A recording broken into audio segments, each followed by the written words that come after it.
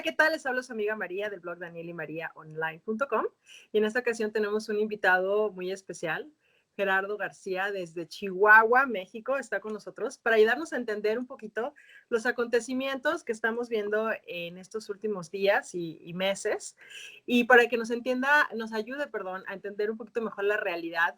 Desde su punto de vista, Gerardo tiene una formación muy especial en temas pues, ¿cómo podemos denominar estos temas en los que te especializas, Jera? Sí profundos, pero no sé, a veces nos da miedo un poco hablar de esto porque tiene que ver con la acción del demonio. Tienes estudios en Roma sobre estos fenómenos y mucho también tienes conocimiento sobre la nueva era, sobre la ideología de género, que es algo que vemos ya, que está pero como un cáncer en este momento en todo el mundo. Y hace poquito, hace unos días, hablábamos un poco de los signos de los finales de los tiempos, pero al mismo tiempo tú me decías, no quiere decir que ya se va a acabar el mundo. Entonces, por eso me interesaba mucho hacer esta entrevista contigo. ¿Cómo estás, Gera? Pues muchas gracias, Marijosi. Muy bien, muy contento, sobre todo de poder estar aquí en tu blog de Daniel y María Online, el blog tuyo y del compadre Daniel. Es un gusto, pues, para mí poder estar.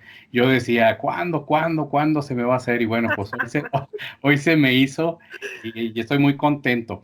Y bueno, tú mencionabas de que, bueno, me he especializado en algunas cosas por experiencias propias. Yo estuve en muchos de los ámbitos de la nueva era de los que yo denuncio. También he recibido formación. Mucha de mi formación ha sido autodidacta en materias de filosofía, de teología, de fenómenos, incluso de la sociología de la religión también. Y sobre todo, bueno, yo creo que lo que más ha reforzado esta formación que tengo ha sido la experiencia pastoral de casi 30 años. Yo comencé muy joven en la evangelización en la Iglesia Católica y Dios me fue llevando por muchos caminos, en primer lugar anunciando el amor de Dios, anunciando su reino, denunciando al pecado y sus consecuencias, denunciando a Satanás y sus obras.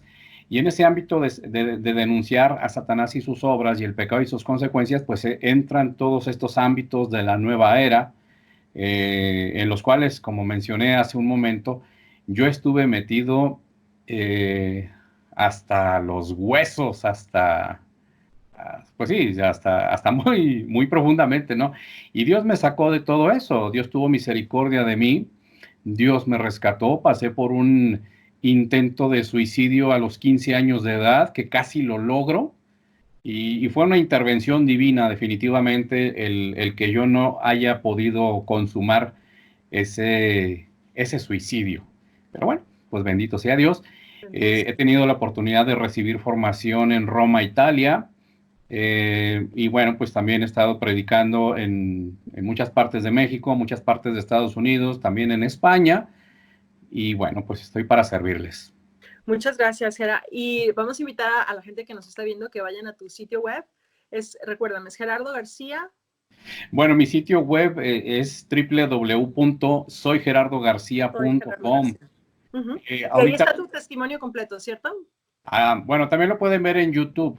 Ahorita mi página web está en reconstrucción, pero mi testimonio lo pueden ver en mi canal de YouTube. Mi canal de YouTube se llama Soy Gerardo García. Allí pueden ver unos cuantos videos que he ido publicando, y en mi Facebook personal es donde centro la mayor parte de mi actividad mediática en este asunto de la predicación, de las conferencias, de la evangelización. Mi página de Facebook es Gerardo García Juárez. ¿Y cómo te pueden contactar, Jera, para llevarte a dar una conferencia en cualquier lugar del mundo, ¿verdad? Has estado, como dices, en América, en Estados Unidos, en Europa. ¿Cómo pueden contactarte para una conferencia? El medio más habitual y más fácil es Facebook, Gerardo García Juárez. Ya me envían un inbox, y ya si se trata de algo más en forma, pues ya por inbox les doy mis números de teléfono, tanto en México como en Estados Unidos. Así es. Gerardo estuvo con nosotros aquí en Indianápolis hace, recuérdame, 2, 3 años más o menos, 2 años. que fue cuando nos conocimos personalmente y hemos tenido ya esta amistad de este tiempo y hasta compadres somos, así como dice Gera al principio de este video. Somos hasta compadres ya, pero Gera, vamos entrando en materia porque yo sé que tienes en unos pocos, en un tiempo muy corto que transmitir tu programa por Facebook Live. Entonces te voy a empezar a hacer estas preguntas bien Claro. concretas. Explícanos un poquito qué significó esta bendición especial que acaba de otorgar el Papa desde el Vaticano en estos tiempos que estamos viviendo. Pues bueno, la bendición Urbi et Orbi, que significa a la ciudad y al mundo. A la ciudad, pues entiéndase a la ciudad de Roma, donde está la sede de la Iglesia Católica, y al mundo entero, no solamente a la Iglesia Católica en su universalidad, sino a todo el género humano.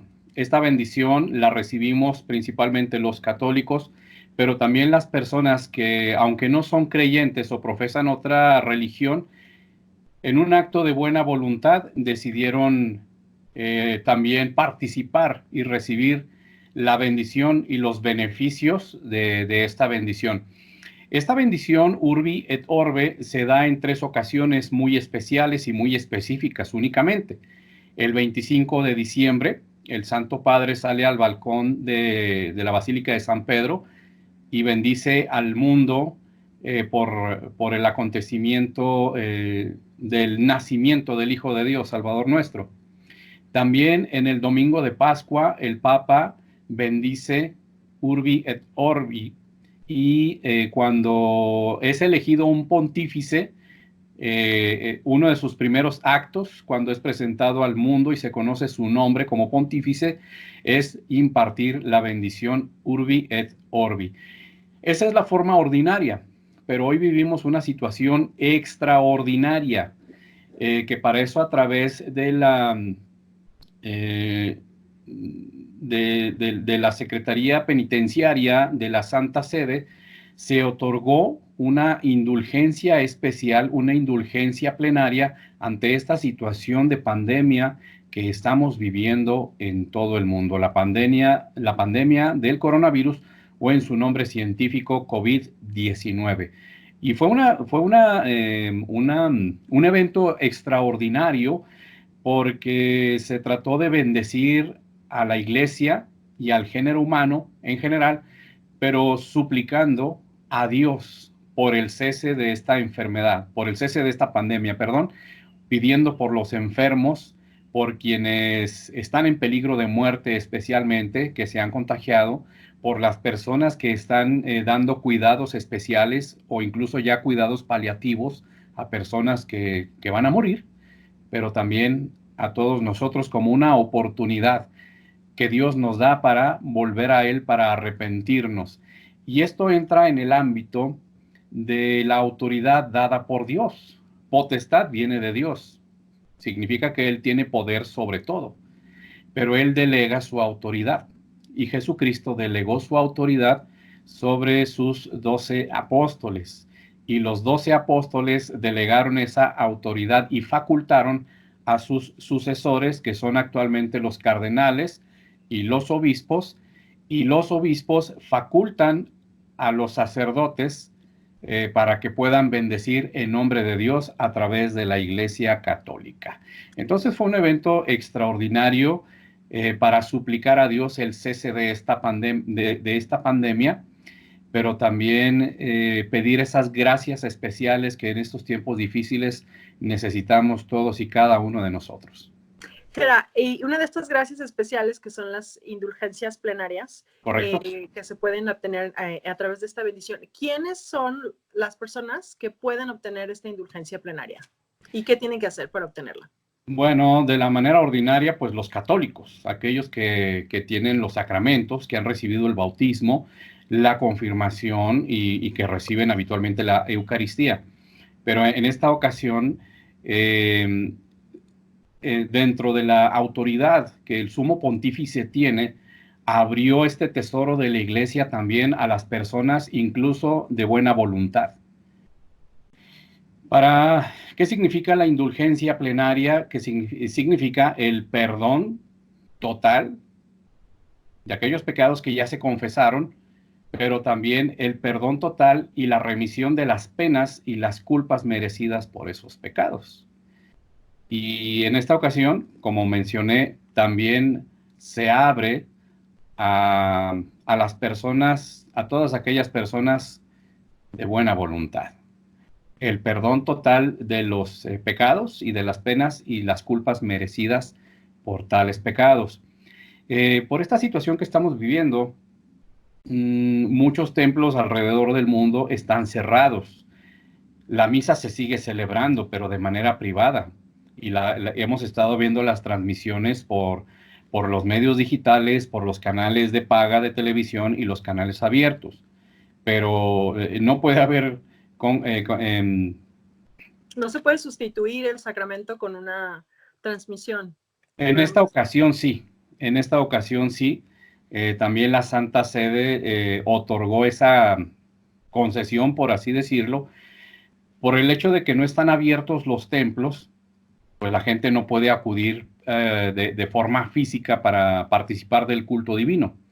Entonces la Iglesia concedió que aquellas personas que deseen participar de la Santa Eucaristía a través de los medios digitales puedan recibir los mismos beneficios que si estuvieran presentes. Pero esta también es una situación y una ocasión extraordinaria. En muchas diócesis también se otorgó la absolución general, que significa pues que se concede el perdón de los pecados siempre y cuando apenas pase esto, las personas que así lo requieran vayan a hacer su confesión sacramental para validar lo que la Iglesia ya otorgó. Geray, por ejemplo, en el caso de la indulgencia plenaria, hay ciertas condiciones que se deben cumplir. Una de ellas es que estés en estado de gracia, que hayas confesado y comulgado con cierto tiempo dentro de esta bendición o dentro de este acontecimiento especial. ¿Qué pasa ahorita que no tenemos acceso a nada de esto? No tenemos acceso a la confesión, no tenemos acceso a la comunión. O sea, si la pandemia o la cuarentena se extendiera 2, 3, 4 meses, ¿todavía podríamos alcanzar esta indulgencia plenaria? Sí se puede, porque lo que el Santo Padre ha dispuesto a través de, no recuerdo el nombre, no sé si es el Dicasterio o la Secretaría Penitenciaria Vaticana, que con un acto de contrición, de arrepentimiento sincero, mientras no haya sacerdotes que puedan confesar, se concede, pero para que esa condición sea válida, porque es lícita, para que sea válida, pues para que se complete la validez, quiero decir, como acabo de mencionar, apenas termine todo esto, no sé si vaya a levantarse la cuarentena la próxima semana o dentro de 3 meses, como bien dijiste, abarca el tiempo que mientras dure esto. Gracias, Gera. Y pasándonos ya al siguiente tema, que ya lo mencionaste brevemente, la pandemia, el coronavirus, lo que está pasando. Yo veo un poco de división en cuanto a las reacciones, ¿no? Obviamente el pánico generalizado, estamos vaciando las tiendas, se cerraron las escuelas, mucha gente ya está encerrada totalmente, ¿no? Sobre todo, por ejemplo, acá en Estados Unidos ya es ilegal salir a la calle. Y hay otro grupo que dice, no es tan grave, no es para tanto, ha habido otras enfermedades, otras infecciones que, que han afectado a más gente, que ha habido más muertes por estas causas. ¿Cómo debemos de ver los católicos lo que está sucediendo? ¿Es algo que nos debe quitar la paz o que nos debe mover a la acción? Obviamente estamos en cuaresma y siempre una cuaresma es una oportunidad para el arrepentimiento, para la conversión, ¿no? Para rectificar lo que estamos haciendo mal, para volver a Dios. Pero, ¿cómo nos podrías tú explicar en términos de qué tan grave es lo que está pasando? Bueno, es grave. Pandemia significa algo que ya se ha extendido a todo el mundo. Muchos en su concepción de las cosas quizás piensen que pandemia significa algo así como un apocalipsis que se ve en algunas series de televisión, en donde andan muertos vivientes por las calles comiéndose el cerebro de los demás. No, esto no, no, es muy poco probable o no va a suceder, no va a suceder, quiero decir. Pero pandemia se refiere a algo que ya está extendido, si no a todo el mundo, a la mayor parte del mundo, porque se han aplicado contingencias en casi todos los países. ¿Cómo debemos tomarlo los católicos como lo que es? No es la primera, ni la única, ni la última ocasión en que la Iglesia y la humanidad viven eventos catastróficos de este modo, de este tipo. En la época entre la Edad Media y el Renacimiento, la peste acabó con el 70% de la población de Europa. Y la Iglesia Católica, pues consciente de eso, eh, salió a procesionar en las calles, a bendecir a la gente, a conjurar a las epidemias. Y bueno, pues tenemos el testimonio de muchísimos santos, hombres y mujeres, que incluso dieron sus vidas atendiendo a la necesidad de las personas que así lo requerían en ese momento. ¿Los católicos debemos de ser indiferentes ante esto? No, no, no debemos de ser indiferentes, porque es algo que nos afecta a todos, independientemente de la confesión religiosa o la creencia o la no creencia de cada quien. Lo que nos une es que somos parte del género humano. El hecho de ser católicos no nos exime de padecer estas cosas. Si bien es cierto, el catolicismo desde sus inicios ha padecido persecuciones, ha padecido el martirio con grandes testimonios, una peste, una epidemia, pues tampoco es la excepción. ¿Somos intocables? No, no somos intocables. ¿Somos inmunes? Tampoco somos inmunes. Pero al momento de no dejarnos dominar por el miedo, de no dejarnos llevar por la psicosis, que fue lo que empezó a ocurrir antes de que se decretaran las fases 1 o 2 en la mayor parte de los países del mundo, y la fase 3, me parece que ya algunos países ya entraron a fase 3, no nos debe de asustar. O sea, sí, sí nos debe de preocupar porque nos afecta a todos. Pero cuando hablo de la psicosis, tú mencionaste un ejemplo de que en los centros comerciales, sobre todo en Estados Unidos, la gente está vaciando los estantes y curiosamente, y como fenómeno sociológico, lo primero que se acabó fue el papel higiénico, que nada tiene que ver con el coronavirus. Ujú. Pero las secciones de frutas, de verduras, para fortalecer nuestro sistema inmune, casi están intactas en los centros comerciales. Entonces es una psicología del miedo que no debemos dejar arrastrarnos por ella. Debemos de ocuparnos.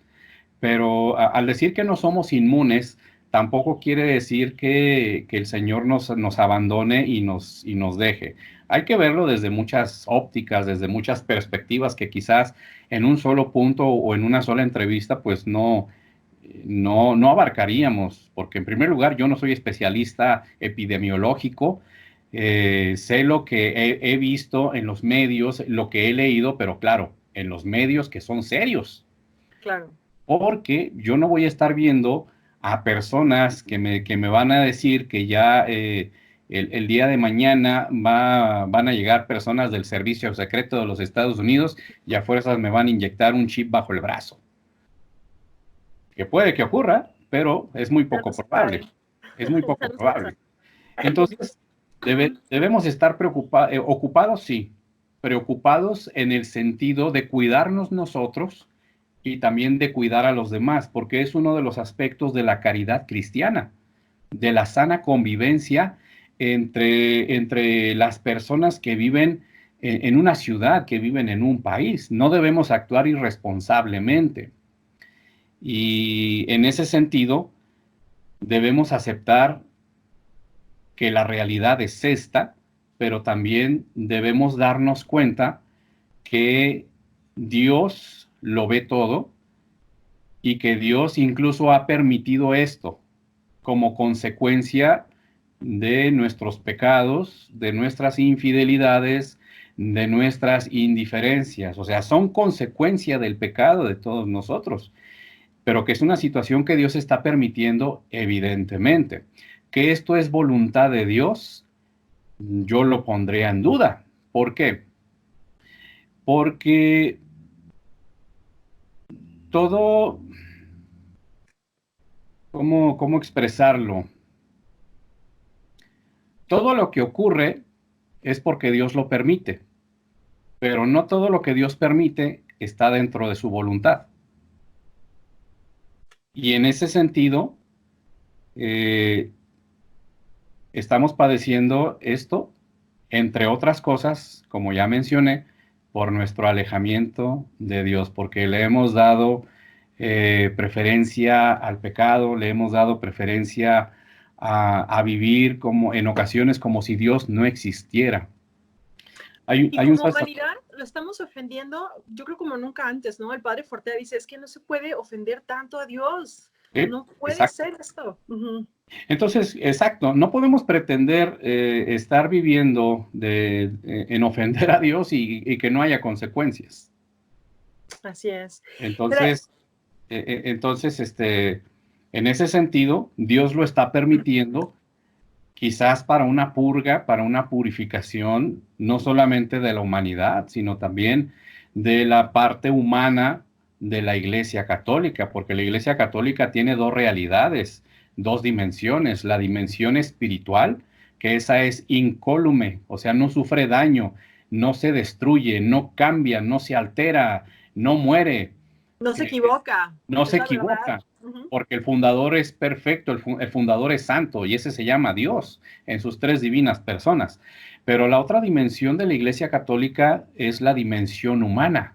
Todos los bautizados, desde el más sencillo de los laicos hasta el sumo pontífice, formamos parte de ella. Los laicos no formamos parte de la jerarquía, pero pretender culpar por esto a la jerarquía católica es infantil, es inmaduro, no se debe hacer. Es una corresponsabilidad, hay santos sacerdotes, santos obispos, santos padres, claro que sí, pero que también dentro de la institución humana, de esta Iglesia Católica, ha habido personas que a lo largo de la historia se han equivocado mucho, tampoco podemos tapar el sol con un dedo. Y en este tiempo presente se está viendo eso, lo que tú parafraseabas ahorita, Padre Fortea, de que no puede ser que estemos ofendiendo tanto a Dios y que vivamos como si no hubiera consecuencias. Gera, esta conversación que tuvimos hace poco sobre los signos de los tiempos, explícanos un poquito la diferencia entre pensar que ya es el fin del mundo, que ya nos tenemos que preparar porque esta es una señal clarísima de que ya se va a acabar todo, y lo que son los signos de los tiempos. Bueno, sí fue una confusión muy generalizada, sobre todo de los años 70 a los 90, a través de programas de televisión y de las películas de Hollywood y de otros países, ¿no? De que se hicieron películas sobre el demonio, sobre el anticristo, de que se derrotaba al bien, de que Dios ya no podía hacer nada, de catástrofes naturales, guerras, etcétera, ¿no? Entonces mucha gente empezó a relacionar el fin de los tiempos con el fin del mundo. Los signos de los tiempos lo empezó a relacionar con el fin del mundo como si fueran algo igual, como si fueran cosas parecidas que no lo son. Los signos de los tiempos, eso pues viene en la Sagrada Escritura. El Señor nos habla de guerras, nos habla de hambrunas, nos habla de catástrofes naturales, nos habla de divisiones de pleitos, incluso entre las propias familias, nos habla de la pérdida de la fe, nos habla de la persecución de la iglesia, nos habla del martirio, nos habla también del resurgimiento de la fe después de un debilitamiento tal de aquellos que debiendo defenderla, pues a veces deciden hacer como si no pasa nada, ¿no? Todo esto ya está profetizado, ya está escrito. Y eso viene pues en la Sagrada Escritura.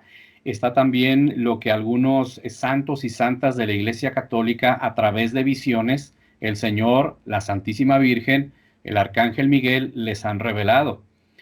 Y aunque eso no forma parte del depósito de la fe, o sea, no es materia de fe, las revelaciones privadas o las apariciones que están autorizadas por la Iglesia Católica tienen un claro mensaje de que estas cosas van a ocurrir, pero que podemos contrarrestarlas en lo que a nosotros seres humanos y católicos nos toca con ayuno, con oración, con conversión, con penitencia, con obras. Y mucha gente, cuando solamente ve los signos de los tiempos, pero no hace algo al respecto, pues digamos lo metafóricamente que de alguna manera pueden estar adelantando el fin del mundo, no del mundo como lo conocemos, el fin del mundo propio de cada una de esas personas que están así. Entonces, mucha gente piensa que con el fin del mundo vamos a desaparecer como planeta, como especie humana. Me causan mucha gracia, pero también me preocupan algunos memes en Facebook, en redes sociales, que dicen que la peor peste de la humanidad somos los seres humanos. What? O que de repente el ser humano es el virus. O sea, no, no, no, no, no, o sea, no me cabe en la cabeza, me da risa, pero también me preocupan ese tipo de cosas.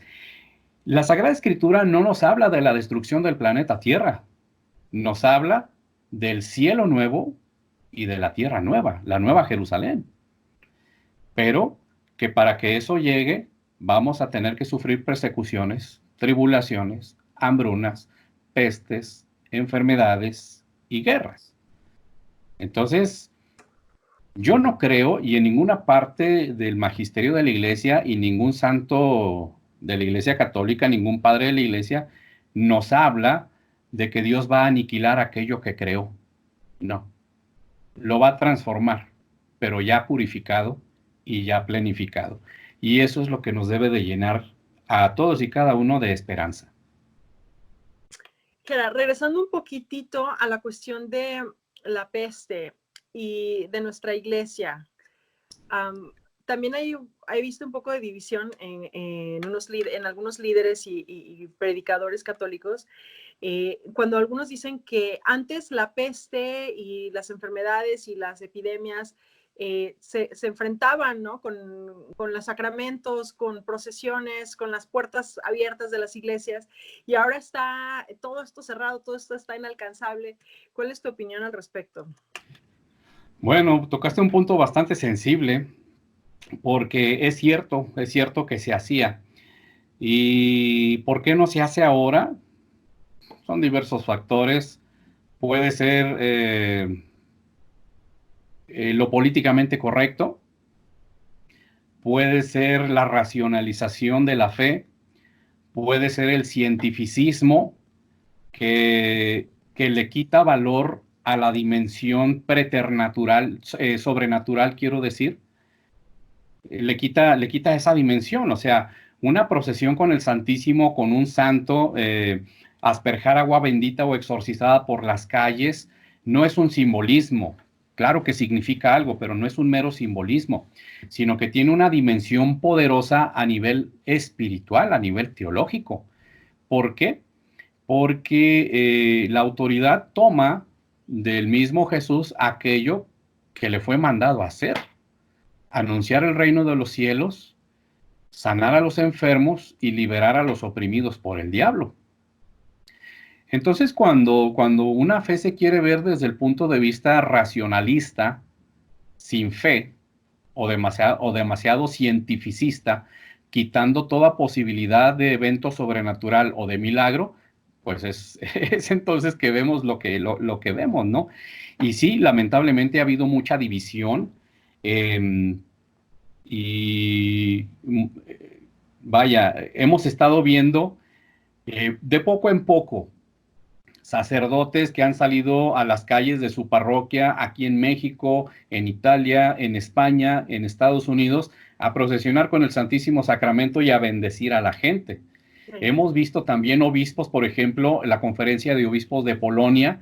Ellos dijeron: nosotros no vamos a cerrar los templos, vamos a incrementar los horarios de las misas para evitar conglomeraciones y que la gente no se prive de la recepción de los sacramentos, no se prive de la participación pública del culto divino, pero lo vamos a hacer, o sea, respetando la ley, pero pues sin dejar de atender la necesidad espiritual de la gente. Entonces, cuando se pierde la dimensión espiritual, de los sacramentos, de las procesiones, de bendecir al pueblo, de conjurar enfermedades, pues bueno, mira, tengo un testimonio que me contó una amiga hace poco. Ella vive en Puerto Vallarta, aquí en México, y yo le pregunté si la anécdota era cierta y me dijo que sí. Ocurrió más o menos hace casi 100 años que una ola o unas olas tipo tsunami iban a devastar la ciudad. No sé si fue en 1920, 1950, no recuerdo bien, pero que un sacerdote salió con el Santísimo Sacramento, se puso en la orilla de la playa y en el nombre de Jesús conjuró a la tormenta y la tormenta cesó, porque era una tormenta nivel 5. Iba a arrasar con esa población. Increíble. Entonces, lo que estamos viendo ahorita de sacerdotes que salen a las calles, eso es un respiro, es aire fresco en medio de toda esta incertidumbre que estamos viviendo, en medio de este mal que estamos viviendo. Sí, Jera, tú, por ejemplo, con estas experiencias tan fuertes que has tenido en cuanto a lo demoníaco, ¿no? Alguna vez alguien me comentaba que mucha gente realmente no cree en lo espiritual, como tú lo acabas de decir, ¿no? Como que somos muy prácticos, como solo lo que vemos, solo lo que puede comprobar la ciencia, ¿no? Y entonces, alguien me decía que para poder entender esta dimensión espiritual, que a veces es recomendable presenciar exorcismos, ¿no? Ahí es donde vemos de primera mano lo que es el mundo espiritual, del que a veces ya nos olvidamos o que ya lo vemos como, no sé, fue un cuento muy bonito que me contaron en el catecismo cuando tenía 7 años y ya nos olvidamos que es parte de nuestra realidad, ¿no? La realidad física y la realidad espiritual. Por eso me encanta hablar contigo, Jera, porque tú has tenido todas estas experiencias fuertes y tu espiritualidad es muy fuerte. A lo mejor por eso que Dios te permitió vivir. Gracias a Dios que no se pudo, que no pudiste concretar esa de tratar de quitarte la vida. Bendito sea Dios, porque claro que Dios tiene una misión muy grande para ti. Pero dinos también, Jera, sobre la comunión en la mano. Tú y yo estamos de la idea de que, y mucha gente, de que no se debe tomar la comunión en la mano bajo ninguna circunstancia. Y quiero que me expliques un poquito más sobre esta perspectiva tuya y que también está apoyada en muchos documentos de la iglesia. Pero cuando yo externé mi opinión al respecto, ya sabes, ¿no? Mucha gente se nos vino encima y también diciendo que tenían documentos de la iglesia donde decía que era incluso una práctica común anteriormente, que no tenía nada de malo, que éramos unos fariseos los que decíamos que estaba muy mal, etcétera. Cuéntanos tu punto de vista. Bueno, es verdad que durante los primeros 4 o 5 siglos de la era cristiana se comulgaba en la mano, que eso es cierto, pero también se empezó a ver todo aquello que la gente, la mayoría de las veces, siempre ha comulgado en la mano con buena intención, pero las buenas intenciones no vuelven un acto correcto. Entonces la iglesia, a través de concilios, a través de magisterio, definió que la comunión solamente podía recibirse en la boca. Ya después del Concilio Vaticano II, se volvió a presionar la Conferencia de Obispos de Alemania, movidos por un falso ecumenismo, porque los luteranos como iglesia histórica, no las sectas que se desprendieron del luteranismo, también hacían una especie de comunión, pero lo hacían como mero simbolismo, sin creer que Jesús está realmente presente en la Eucaristía. Ahora, ellos como se cayeron en cisma por Lutero, pues perdieron la sucesión apostólica, de tal modo que sus ordenaciones episcopales ya no eran válidas, ya no eran lícitas, y dejaron de consagrar el cuerpo del Señor.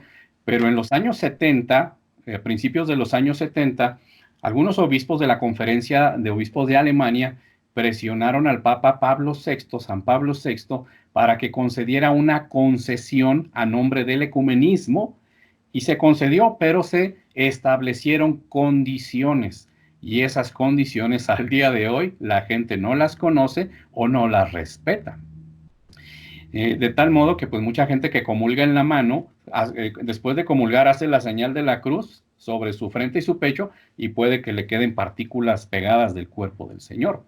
Ahora el Código de Derecho Canónico y el documento, no recuerdo cómo se llama, pero lo redactó San Juan Pablo II en el número 92, se me está yendo el nombre de ese documento, establece que es derecho del fiel laico recibir la comunión en la lengua y de rodillas si se quiere, y que el ministro ordenado no puede negarle la comunión. Eso ya está establecido. Es un derecho que los fieles laicos tenemos y no es un capricho. No es un capricho por ir en contra de la autoridad eclesiástica, no es un capricho por querer andar de desobedientes. Cuando recién se empezaron a implementar estas medidas ante el coronavirus, hubo varias personas que a mí me dijeron que sus sacerdotes les negaron la comunión en la lengua, o incluso ministros extraordinarios, y que incluso los llegaron a acusar a esas personas de soberbios, de faltos de criterio, de faltos de caridad, ¿no?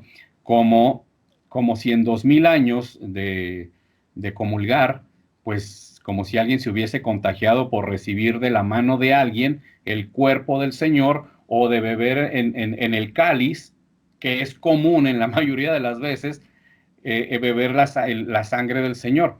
En un rito ortodoxo, no sé si es el bizantino, comulgan con una cucharilla común y nadie se ha contagiado.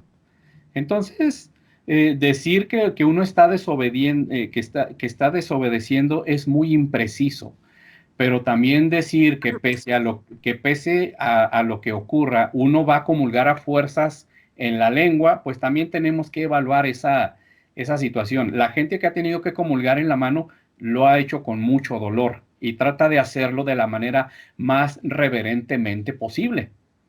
Aunque haya sido una disposición que conferencias de obispos han establecido de comulgar en la mano para evitar contagios, número uno, nadie se ha contagiado por recibir la Eucaristía. Y número dos, ha faltado una adecuada catequización de no solamente cómo recibir la Eucaristía cuando no se pueda en la lengua, sino una adecuada catequesis de la dimensión espiritual y la dimensión sobrenatural. Y eso es lo que muchos olvidan, que el Señor nos trasciende, nos supera a todos y cada uno de nosotros. Yo no soy el que decido tomarlo, es el Señor el que decide a través de su cuerpo y de su sangre venir a mí y a todos y cada uno de nosotros para nutrirnos, para alimentarnos y para darnos la vida eterna. Y volviendo también un poco a lo que acabábamos de decir, ¿no? Lo sobrenatural, lo espiritual, lo vemos todo muy práctico, ¿no? Es que a lo mejor el sacerdote o el ministro va a tocar tu boca y esto va a ser una fuente de contagio. O sea, muy práctico, nada más lo que vemos enfrente, ¿no?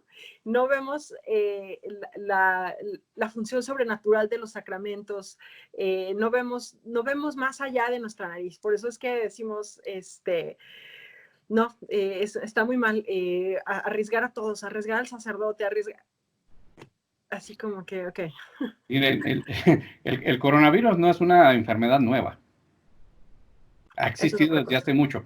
Y de hecho es más peligrosa la influenza o un resfriado.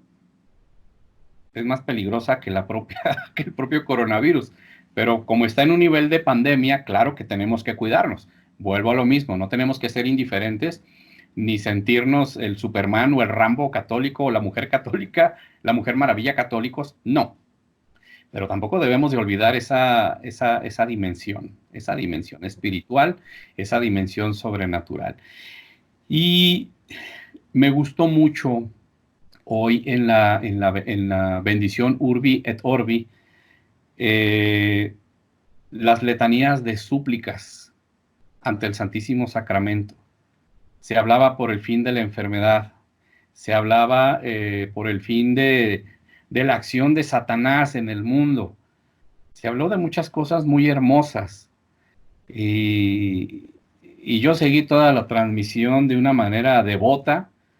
Le puse mucha devoción porque ahorita no podemos ir a la iglesia, pero si el Santo Padre concedió esa esa concesión especial, valga la redundancia. Entonces, no tuvimos por qué haber desaprovechado los que somos católicos. Y sobre todo, de que las procesiones con el Santísimo, con María, con los santos, tienen un poder impetratorio. ¿Qué significa eso? Que Dios puede poner fin a esta pandemia por los ruegos de la Iglesia y de los católicos. La fuerza impetratoria significa el poder de las súplicas que le hacemos a Dios cuando éstas son sinceras, cuando están hechas en estado de gracia por el bien de la Iglesia y por el bien de los demás. Los sacramentos actúan ex opere operato, o sea, independientemente de la fe de quien los recibe y de quien los administra, aquello que el sacerdote pronuncia de parte de Dios por medio de la Iglesia se realiza. Los sacramentales, como son las bendiciones, tienen tienen lo que se llama, hay un concepto que los define ex opere operato operantis, que actúan por la fe de la Iglesia y por la fuerza de las oraciones de la Iglesia. De ese modo, Dios atiende a nuestras súplicas y puede poner fin a guerras, a pestes, hambrunas, enfermedades, etc. Amén. Gera, esto lo comentábamos hace poquito. ¿Qué significativo fue ver esa plaza totalmente vacía? Ver al Santo Padre caminar solo. Además estaba todavía oscuro. ¿Qué horas eran en Roma en ese momento que se impartió la bendición? Las 6 de la tarde comenzó. Las 6 de la tarde. Oscuro, con lluvia, sola la plaza. O sea, para mí era como una representación muy clara, ¿no? De la crisis tan grande que estamos viviendo, ¿no? De la cantidad de gente que está enferma, de la cantidad de gente que está muriendo, de lo importante que era para todos nosotros recibir esta bendición y las gracias que se iban a recibir también. Dinos un poquito, Jara, ahorita que vamos a vivir esta cuaresma tan diferente en muchos sentidos, pero especialmente porque no vamos a tener los sacramentos, ¿cómo debemos vivirla? Y los fieles que vamos a seguir la Santa Misa a través de los medios electrónicos, ¿cuál debe ser nuestro comportamiento? ¿Cómo debe ser el lugar donde vamos a ver estas transmisiones? Cuéntanos. Pues bueno, es como si asistiéramos de manera física y presencial al templo parroquial para vivir la misa. Debemos obviamente hacerlo en familia, y si se va a seguir por televisión, por celular, por cualquier dispositivo electrónico, bueno, apaguen las notificaciones, vístanse adecuadamente, Sí. arréglense como si fueran a misa, tomen una actitud de silencio, de respeto, de escucha, de devoción, y no por el hecho de estar en su casa quiere decir que cuando haya que arrodillarse usted tenga que permanecer sentado, no, arrodíllese cuando el sacerdote consagre y póngase de pie cuando se proclame el evangelio. Siéntese cuando tenga que sentarse, o sea, es como como si estuviera usted en el templo. Y nuestra participación en misa, nuestra actitud en misa debe de tener tres aspectos. Presencial, presentes en cuerpo y alma. Atentos a lo que ahí sucede, porque a veces estamos en un lugar, pero la mente está en otro.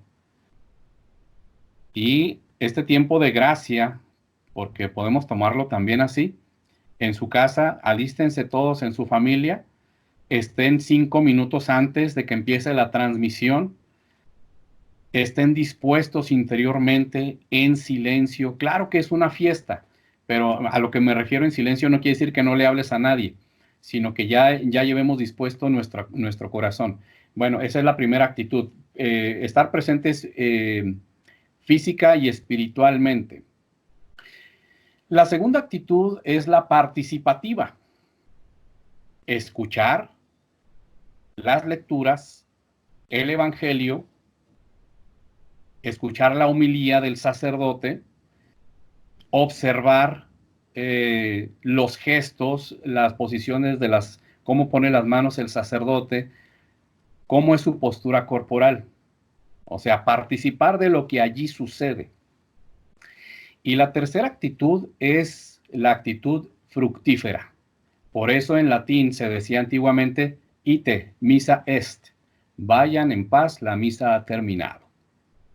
Entonces si estamos en casa, debemos de tener esas tres mismas actitudes que cuando estamos en la iglesia.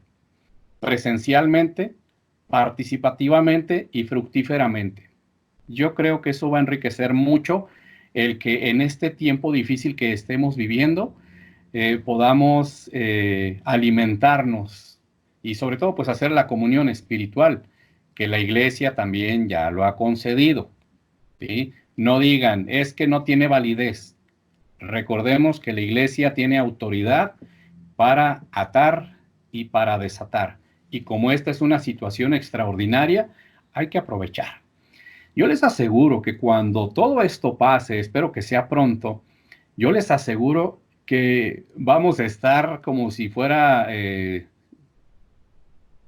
a las puertas del templo, vamos a estar como si fuera día de rebajas en centro comercial.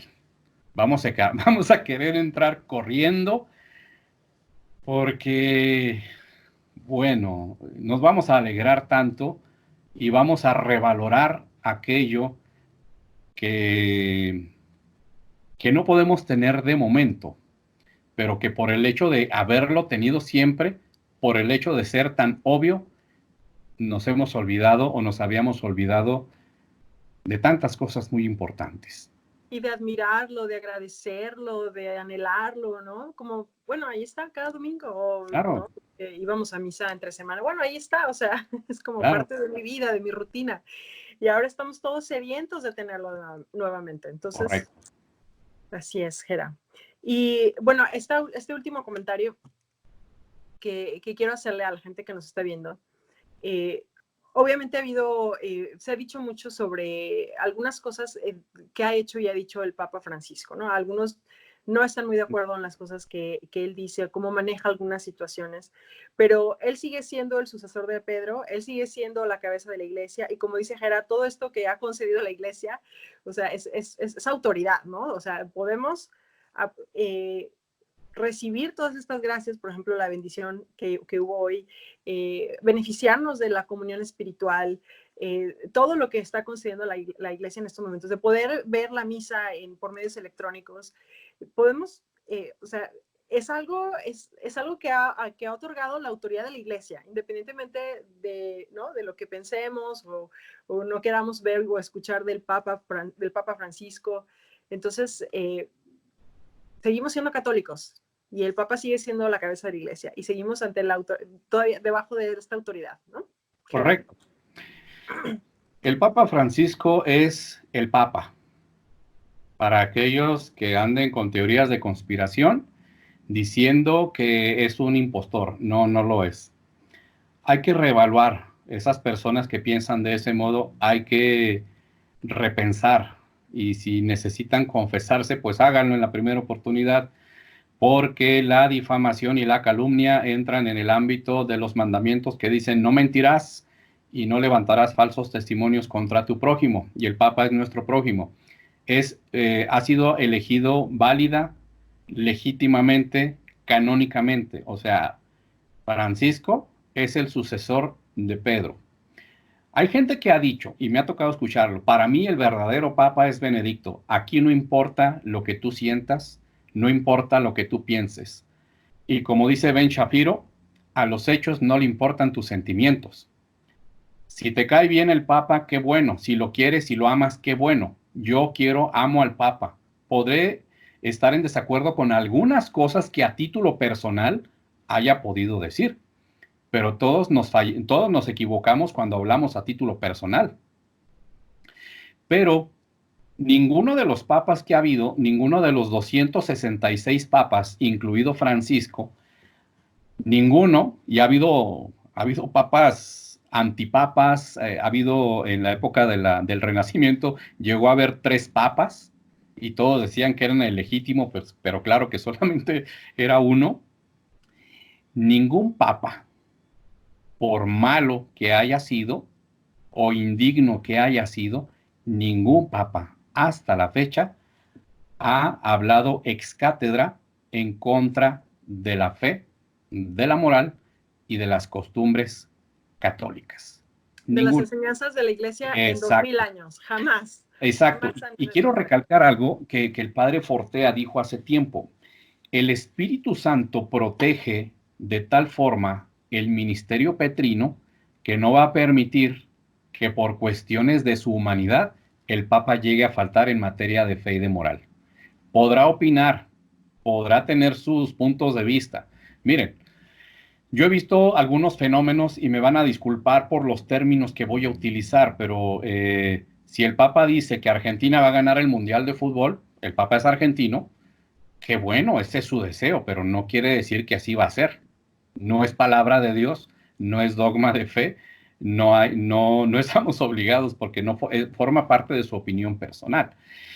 Pero yo he visto varios fenómenos entre católicos, la mayoría de buena intención, pero repito, las buenas intenciones no son suficientes. Que yo he visto fenómenos, por ejemplo, de gente que pudiéramos definir como papófobos. Cada vez que el Papa Francisco abre la boca ya lo están tildando de hereje, de blasfemo y de sacrílego. Hermanos, hay que limpiar los pensamientos y hay que purificar esa lengua. Si a ti te cae mal el Papa, lo siento mucho, pero no puedes hablar en contra de su ministerio. No puedes. Están los papistas, aquellos que creen saber más que el Papa, en filosofía, en teología, etc.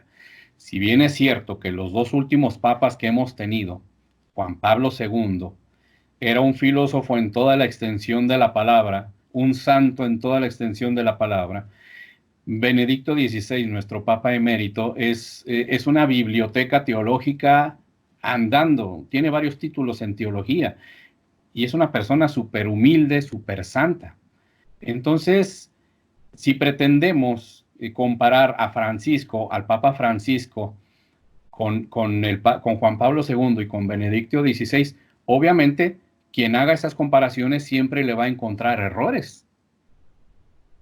Lo que nosotros debemos hacer es orar por el Papa, y aunque haya algo, porque eso también lo contempla el derecho canónico, que los fieles laicos tenemos el deber y la obligación de que cuando nuestros pastores se equivocan en materia de fe y de moral, debemos de señalárselo, pero hay maneras de hacerlo, no con la calumnia, no con la burla, no con la difamación. Y eso es lo que hay que tener cuidado. Si a alguien no le cae bien el Papa Francisco, bueno, ya será una cuestión personal que tenga que atender.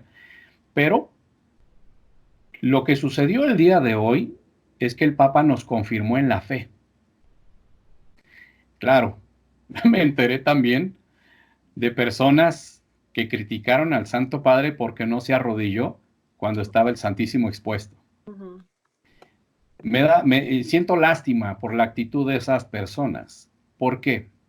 Siento lástima porque desaprovecharon la indulgencia plenaria, porque en ese momento mancharon sus pensamientos y su corazón, fijándose en que por qué el Papa no se arrodilló. Esas son cuestiones triviales, son nimiedades, o sea, ¿por qué le ponen caso a esas cosas? No hay que ponerle caso a esas cosas. Y si alguien con esos pensamientos, con esa crítica que hizo a que el Papa no se arrodilló, si, bueno, si yo fuera una de esas personas, yo me preguntaría, ¿realmente me gané la indulgencia plenaria por estar haciendo esas cosas o no? Se lo dejo de tarea a cada Y quien. además para ganarse la indulgencia plenaria tienes que rezar, pedir exclusivamente por las intenciones y la persona del Santo Padre. O sea, Claro, ya desde ahí, ya desde ahí sí, te sí, pudiste haber perdido esta gracia sí. importantísima, ¿no? Claro, una de las condiciones para ganar la indulgencia plenaria es unirse a las intenciones del Santo Padre, rezando el Padre Nuestro, el Ave María y el Credo. Atención, atención para los que les faltó hacer esta parte, todavía están a tiempo. ¿Sí o Claro, no? exacto. Y la Bueno, hora, Gerardo, ajá, perdón. perdón, la hora prescrita rezar el rosario, la coronilla de la misericordia, el momento que hubo de adoración ante el Santísimo Sacramento en la transmisión en vivo de la bendición Urbi et Orbi, también cuenta como condición válida para ganar la indulgencia plenaria. Y una última nota, esta indulgencia plenaria, si tú te mueres hoy o te mueres mañana, te vas derechito al cielo, ¿verdad? No pasas por el purgatorio. Bueno, mientras dure esta situación extraordinaria, pero el deber y la obligación que cuando apenas pase, o incluso si tenemos la oportunidad de ser confesados, adelante, adelante. La indulgencia plenaria la podemos ganar o la podemos lucrar por nosotros mismos o por algún difunto. No la podemos lucrar o ganar por algún otro ser vivo, o algún otro ser humano vivo, porque bueno, alguien no vaya a estar pensando en su macetita que se está secando, ¿verdad? No, no aplica. Algún progre que se haya colado por aquí, por este canal católico. Sí. Gracias, Gera. Se nos acabó el tiempo rapidísimo, como siempre pasa cuando tenemos conversaciones muy interesantes. Te agradezco muchísimo tu disposición y sobre todo la rapidez de tu respuesta para reunirnos el día de hoy. Espero poder publicar esto rapidísimo para que esté muy a tiempo, ¿no? Con estos temas que hemos tratado. Y también, Jara, si nos quieres decir cuándo transmites en vivo, qué son los temas que tratas y cómo te pueden ver en las redes sociales. Bueno, en las redes sociales me buscan en Facebook como Gerardo García Juárez. Es la red principal que utilizo. Mi canal de YouTube se llama Soy Gerardo García. Mi página web está en reconstrucción, pero se llama soygerardogarcia.com. Y las transmisiones, no tengo un horario. Okay. No tengo un horario para hacerlo, sino que a veces cuando hay algún acontecimiento especial como esta situación, bueno, pues decidí hacer algunas transmisiones en vivo para estar más en contacto con la gente, con mis seguidores y también pues contribuir a llevar un poco de ánimo, de fe, de esperanza y que crezcamos en la caridad. Así es. Muchas gracias, Gera. Dios te bendiga. Espero que podamos platicar muy pronto y que puedas venir pronto a Indianápolis a hablar con toda la gente con la que pudiste estar en contacto aquella vez, porque también diste conferencias para jóvenes, para familias. Esperamos tenerte pronto por acá otra vez. Yo también espero de todo corazón, espero poder estar allá nuevamente. Gracias, Gera. Nos vemos pronto. Que Dios te bendiga.